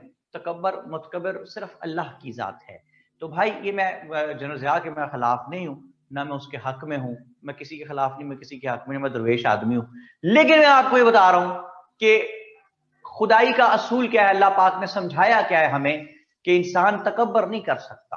फिरौन नमरूद, क्या हशर हुआ उन लोगों का, ठीक। एनीवे, लेकिन the basic lesson of history is that man never learns from history. History का सबसे बड़ा सबक यह है कि इंसान हिस्ट्री से कुछ नहीं सीखता। राजा जयपाल ने भी कुछ नहीं जी सीखा। राजा जयपाल, सभा मेरे साथ है इधर है? जी सर, जी sir. Raja Jaipal who was enjoying absolute power, वो बहुत ताकत में, नशे में, घमंड में था। एक दिन एक बंदा उसके पास आया और आगे कहने लगा, राजा साहब। हाँ जी, सभा क्या कहते हैं? राजा साहब ना, राजा साहब, इससे असर पड़ता है जरा बात में। जी सर, राजा साहब। राजा साहब, ये जो एरिया है अफगानिस्तान में, प्रेजेंट डे अफगानिस्तान में ले गया जी, मैं आपको पाकिस्तान की सरहद से जरा बाहर। यहां ये एरिया है जी गजनी का, GHAZNI, गजनी। उसने कहा यहां पे एक मुसलमान बादशाह की हुकूमत है राजा साहब, हिज नेम इज सुबुक्तगीन। जी, बोलेंगे सुबुक्तगीन, लिखेंगे सुबिक्तिगिन, याद रख लें स्पेलिंग के लिए इसके, सुबिक्तिगिन। उसने कहा राजा साहब ये बहुत अमीर बादशाह है, हीरे जवाहरात है इसके पास, अशरफियां हैं, दिरहम हैं, अटैक कीजिए, कब्जा कर लें। आपने इतनी बड़ी फौज किस लिए पाली हुई है? तो राजा साहब ने कहा कि सिपाही, तुमने हमारा दिल खुश कर दिया, फौज तैयार करो। उसने कहा ऐसा कोई काम खुद भी किया। तीन बार फौज तैयार हुई, तीर तलवार नेज़े ढाले भाले लाखों की तादाद में, और हाथी घोड़े साथ, और चल पड़ा लश्कर लेके। सभा, ये कहां जा रहा है राजा जयपाल? सर ये गजनी जा रहा है, सुबुक्तगीन के ऊपर अटैक, सुबुक्तगीन पे अटैक करने गजनी जा रहा है। शाबाश। गजनी पहुंचा क्योंकि he was in a huge power, और इसका ख्याल था कि ये आराम से लोकल्स को मारे पीटेगा जी, पकड़ के शिकस्त दे देगा उनको। लेकिन कॉन्ट्रेरी टू हिज एक्सपेक्टेशंस, उन्होंने इसको बहुत मारा भाई, बहुत मारा। जूते तो अच्छा लफ्ज नहीं है, शूज मारे जिसको, शूज कर दिया, और ये शूज खा के वहां से नहीं हुआ।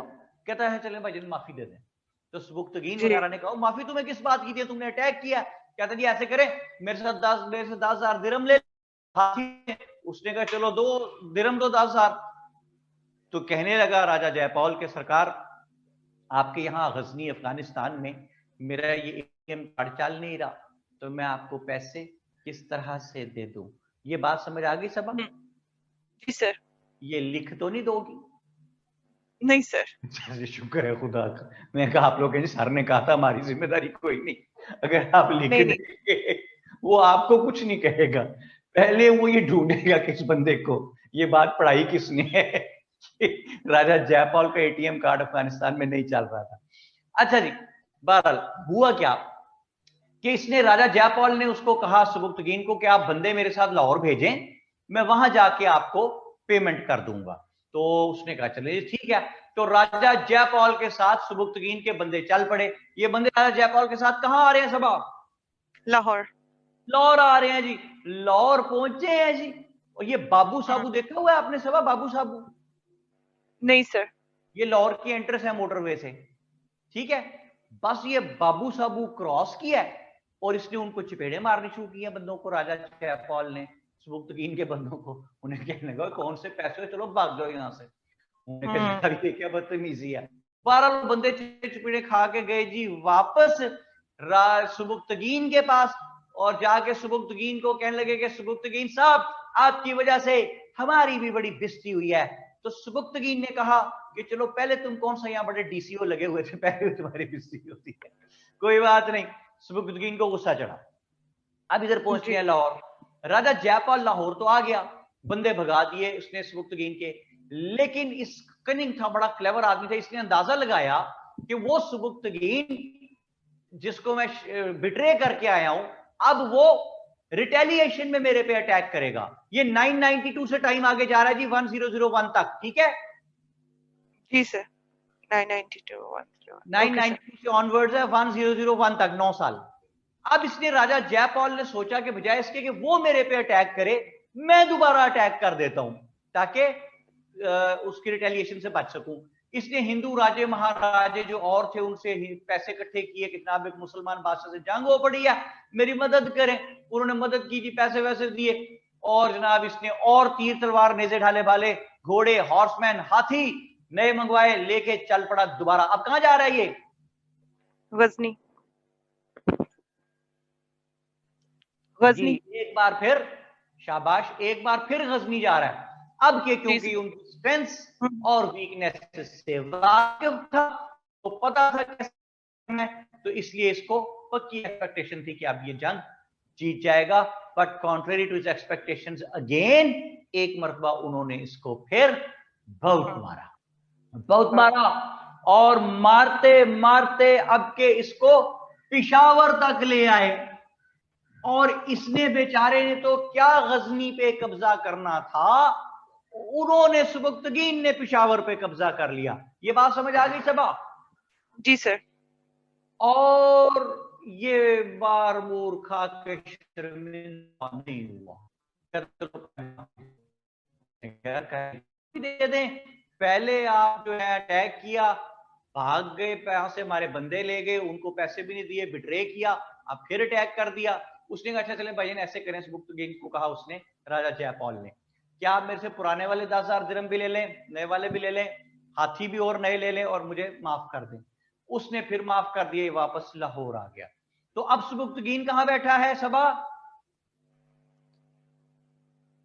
पिशावर। पिशावर में। अच्छा जी, नहीं जी, इस बैटल का कोई नाम नहीं है मिनहाल, बस ये बैटल्स हैं बिटवीन राजा जयपाल एंड सुबुक्तगीन। पिशावर में बैठ गया, ये लाहौर आ गया वापस, लेकिन आके हर वक्त ना ह्यूमिलिएटेड सा सड़ा पूजा बैठा रहता है। इतना बड़ा राजा, जाओ जलाल का राजा, और बादशाह जाओ जलाल का मालिक, और 2 दफा चपेड़े पड़ी हैं, मार पड़ी है, मुसीबत, बड़ा दुखी, हर वक्त परेशान सा रहता था, सड़ियल बैठा रहता था हर वक्त। एक दिन एक सिपाही आया और कहने लगा कि राजा साहब, मैं आपके लिए खुशी की खबर लाया हूं। उसने कहा, ए सिपाही, रादर ए मनहूस सूरत सिपाही, तू अपनी शक्ल के बरखिलाफ खबर कहां से लाया? तू किसी के मरने की इतला दे, तेरा क्या काम खुशी की खबर से? बहरहाल सिपाही ने कहा, राजा साहब मैं तो ये बताने आया था कि मुसलमानों का वो बहादुर बादशाह सुबुक्तगीन, जो 2 मरतबा आपको शिकस्त दे चुका, जो आपको 2 मरतबा ह्यूमिलिएट कर चुका, वो पिशावर में नहीं है। किसी 1.5-2 साल, उस जमाने में लोग ना एडवेंचर पे निकल जाते, तो 1.5-2 साल के किसी एडवेंचर पे कहीं जंग लड़ने निकल गया है। राजा साहब, it's a golden opportunity, attack करें पिशावर पे, और पिशावर रिकैप्चर करें, और अपना long awaited dream to capture Ghazni वो भी पूरा कर लें, क्योंकि सुबुक्तगीन तो वहां पे है ही नहीं। सवा बात समझ आई आप? जी सर। सवा बेटी से लेंगे जी इजाजत और चलेंगे आगा साहब के पास, जो पहले कह रहे थे कि जनाब, नहीं सॉरी, हसन के पास जाना है, उसका काम को। सवा बेटी, thank you very much, nice talking you, God bless you, जीती रहो, सलामत रहो। अस्सलाम वालेकुम सर। और नहीं भाई, बड़ी डिस्टॉर्शन आपके माइक में, पंखा बंद कर दें हसन साहब।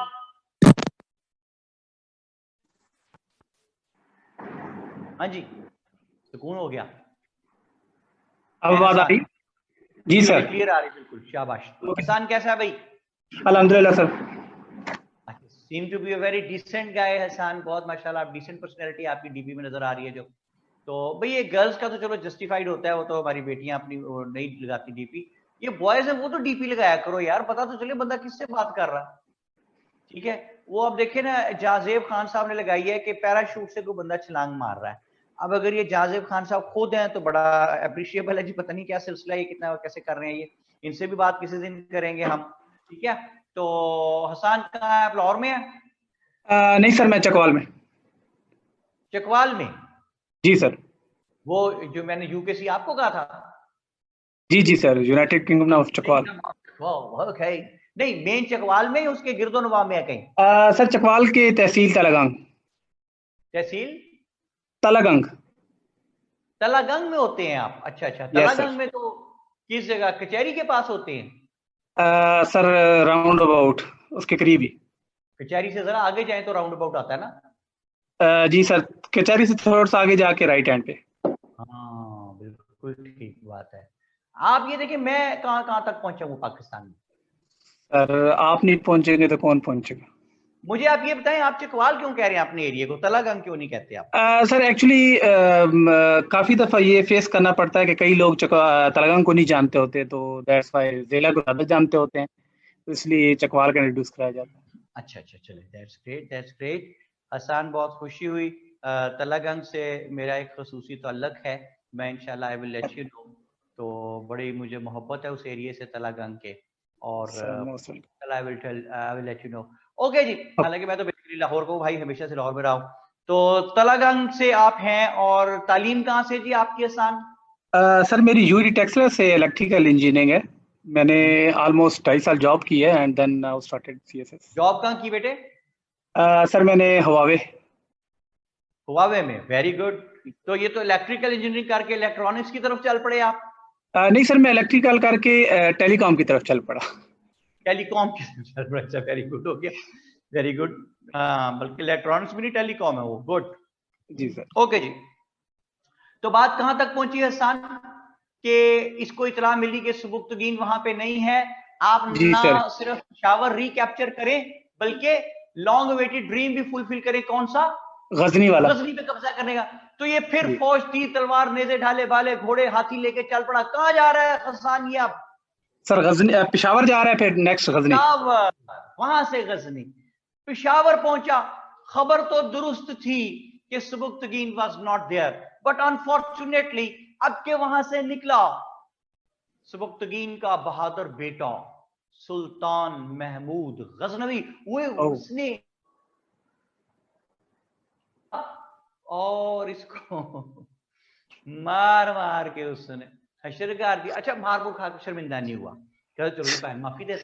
वो उसने कहा यार तुम क्या आदमी हो, 2 दफा अब्बा जी को मामू बना के निकल के माफी मांग के मक्का में भाग जाते हो यहाँ से।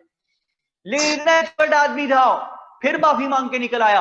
अच्छा, माफी मांग के तो ये आ गया, छोड़े इसको, वापस लाहौर आ गया। लेकिन इतना ह्यूमिलिएटेड था कि हर वक्त दुखी इतना था, आते जाते लोग बिस्ती करते थे कि यार ये देखो, ये है राजा जो बिस्ती करवा के चपेड़े खा के मार खा के माफी मांग के आया हुआ है। यहाँ से हर वक्त जो है जनाब वो दुखी बैठा रहता था।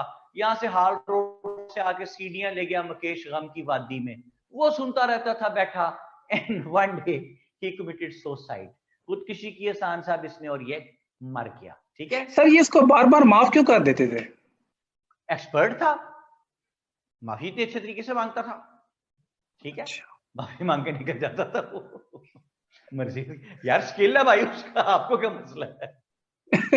नहीं सर, ये तो वो वाली बात होगी ना, वो एक आदमी था, तो वो डूबने वाला था समुद्र में, तो कहता है अल्लाह बचा ले, मैं देख चावलों की दूंगा।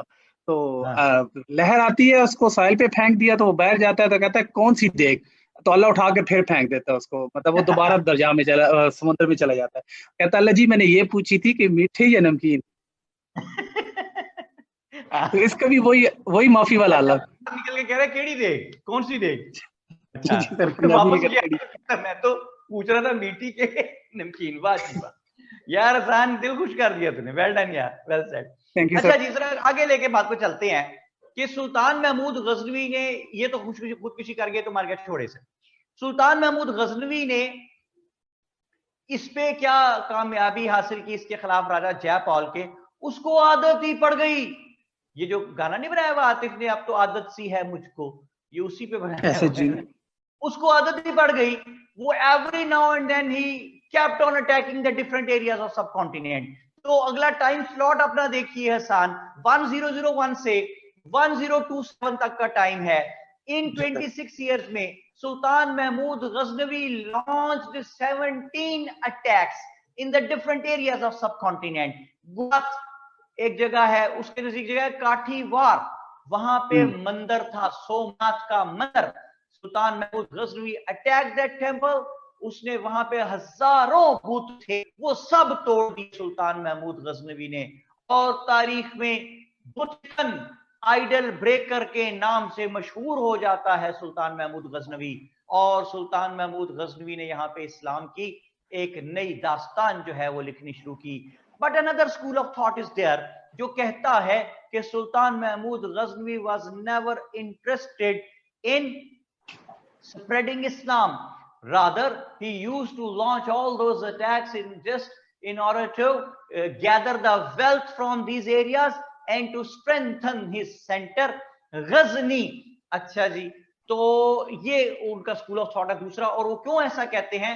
वो कहते हैं कि तारीख ये तो लिखती है कि Sultan Mahmud Ghaznavi broke thousands of the idols, but तारीख ये नहीं लिखती कि Sultan Mahmud Ghaznavi managed to get 6 tons of gold which was there in the form of necklaces around the necks of all those idols, and they are of the view that Sultan Mahmud Ghazvi was never having this right to attack that religious place, that temple, and to capture all that gold with him।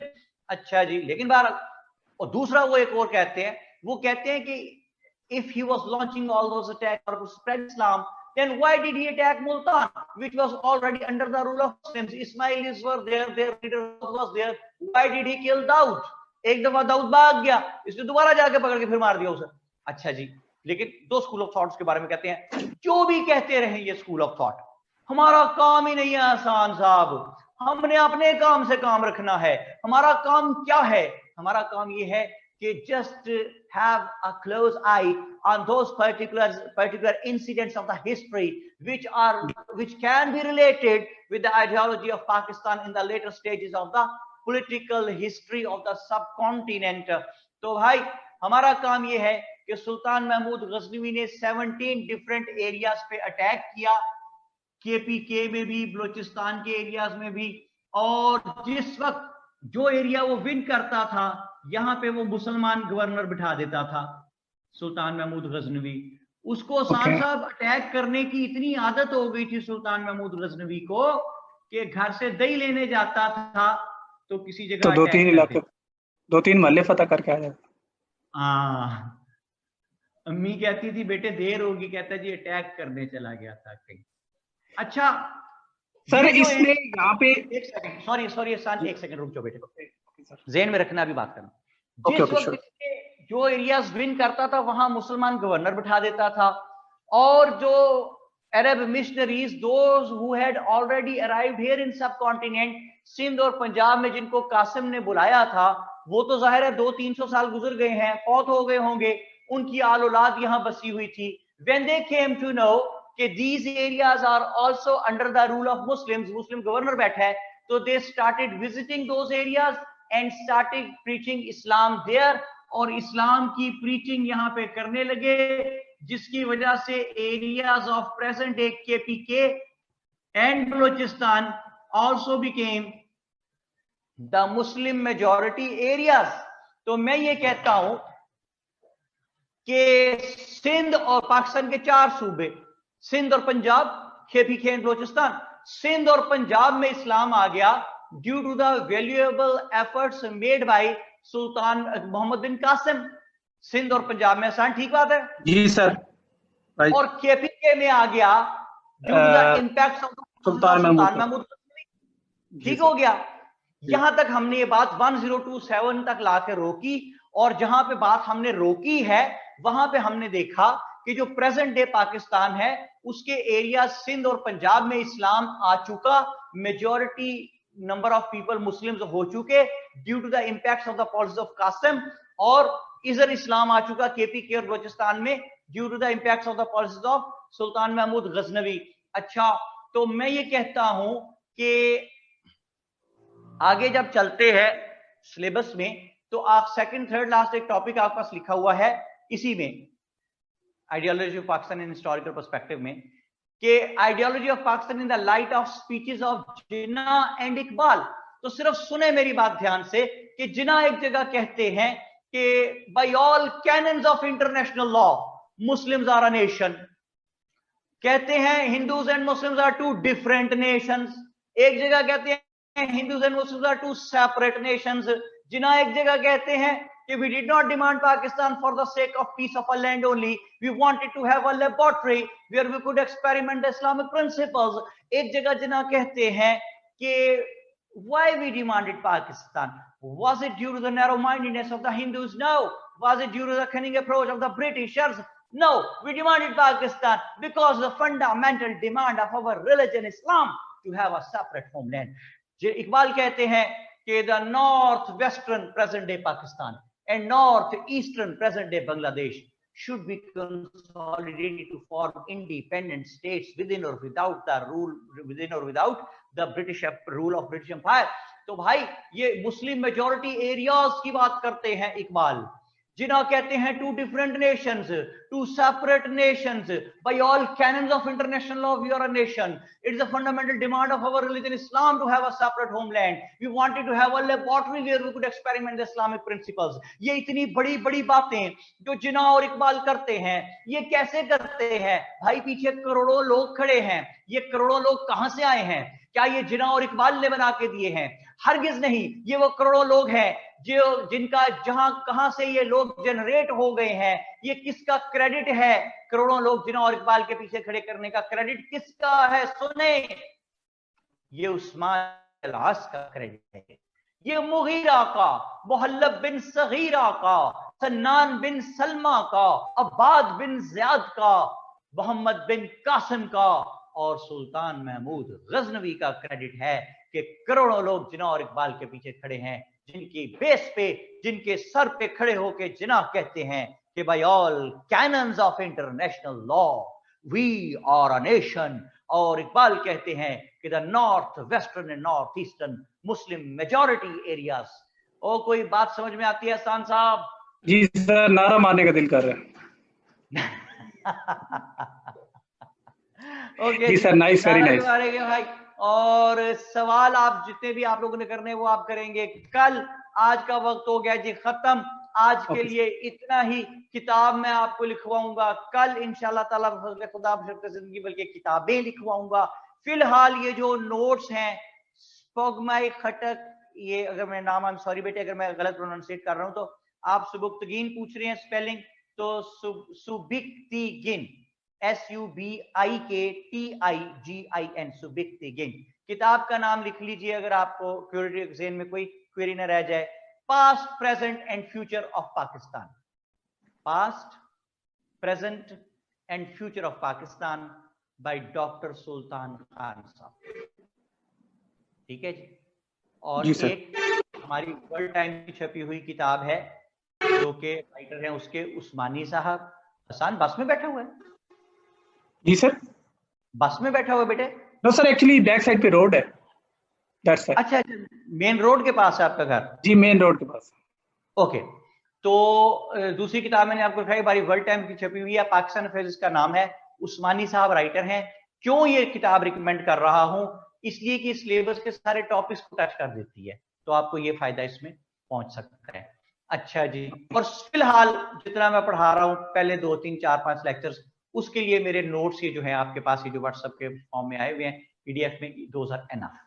ठीक है जनाब. So gentleman, whatsoever we have tried to discuss today, repeat it, complete it and concrete it and never let it know to anybody else how simple it is. और सब कुछ क्या है हसन साहब? सब कुछ बेकार है. बस you people, the kids, you people are precious. कितने? Very very precious. क्यों कहता हूं?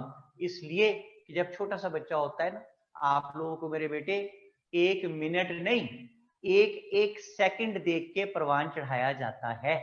बुखार हो जाता है, जैसे काका पटाखा छोटा सा प्यारा सा बुखार चढ़ जाता है, सारी रात माँ बाप इर्द गिर्द बैठे रहते हैं, माथे पे हाथ रख रख के उसके एक दूसरे को तसल्ली देते रहते हैं, अब कम गर्म लग रहा है, बुखार उतर रहा है इसका. इस तरह मेरे बेटे आप लोगों को परवान चढ़ाया जाता है. You are very very precious. Always try to take great care of yourselves. You are very precious. Or try to become what? The best possible sons or daughters of your parents. कि इसके अलावा ना दुनिया में ना आखिरत में कामयाबी का और कोई रास्ता नहीं है. और अगर कोई रास्ता है भी, एटलीस्ट तो वो मुझे पता नहीं है. See you all next time. Keep flying and enjoying it. Salman Kazmi signing off. Thank you very much. Thank you, sir. Thank you.